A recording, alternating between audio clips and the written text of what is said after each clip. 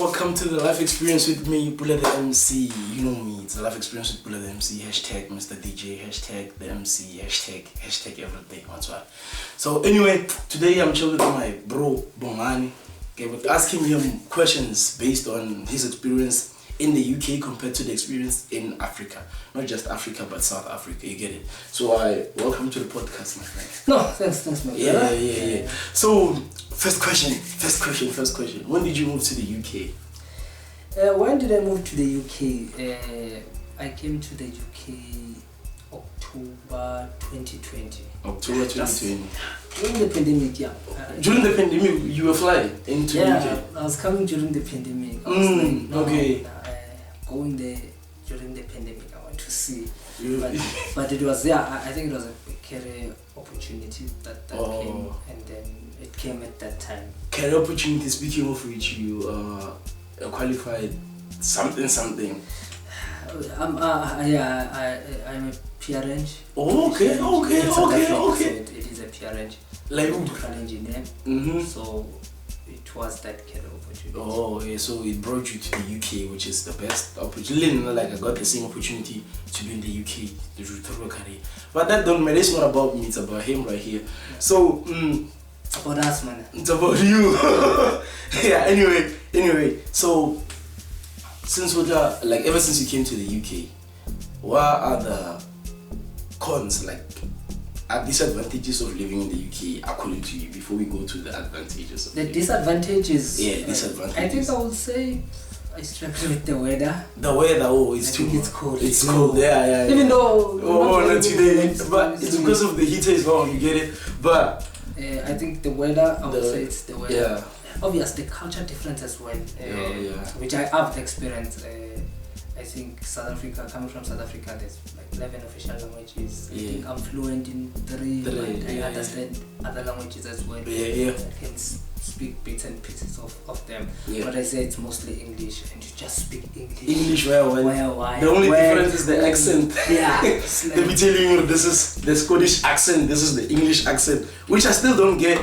But anyway, it's another disadvantage, another con. I would say, the weather, I think the culture, the food to a certain extent. I know you have your rice, samp, which is common, but when it comes to the meat, I don't know if you've noticed the beef, there's less fat, it's just the meat. You don't have So I would say those things I do miss. And also, I would say the cost of living to a certain extent, especially when it comes to accommodation. I found that when I was renting in South Africa, it was quite cheap. It was cheap compared to here, where you pay stuff. Yeah, so it's more effective in SA when it comes to the renting and stuff compared to here in the UK, according to you. Yes, I would say that. And I think you understand. I get it, because I get it perfectly. So the pros, the advantages of being in the UK. I'll say one of the advantages, I think, I would say to a certain extent, the service delivery. It's perfect. Not perfect, I would say it's better. It's better I would say things like, personally, I haven't experienced like power cuts. Oh, okay, load shedding. I said power cuts.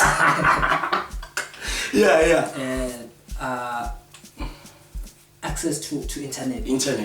Almost like public places, there's free Wi-Fi. But I think South Africa we're still struggling with that. I understand we don't have the infrastructure for that as well.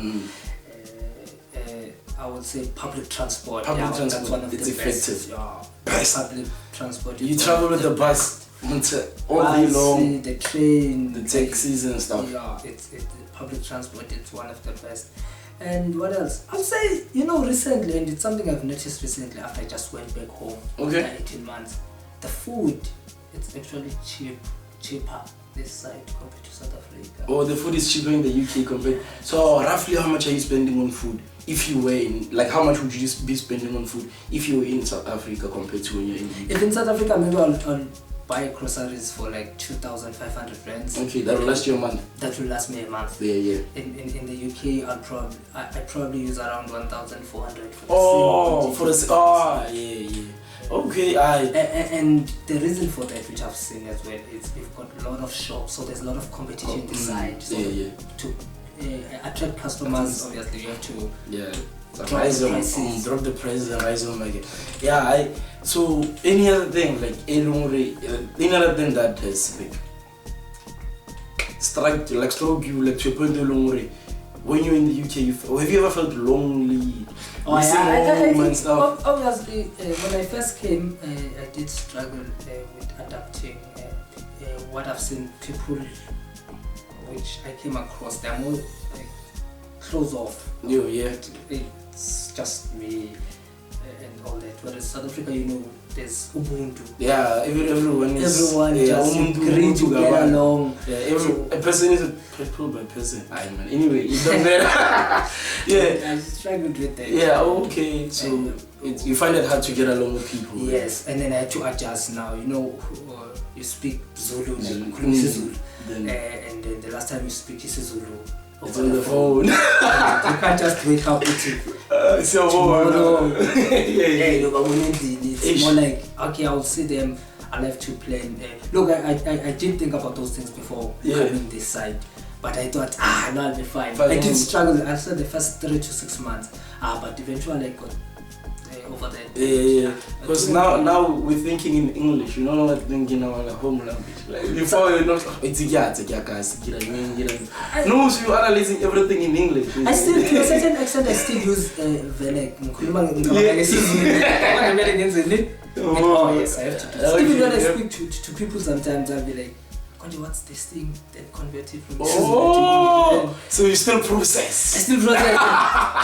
Give us slow as well when I say some other things. So are you from like a multiracial or from a public school? I'm from a public school. Fully public? We are Lokshin.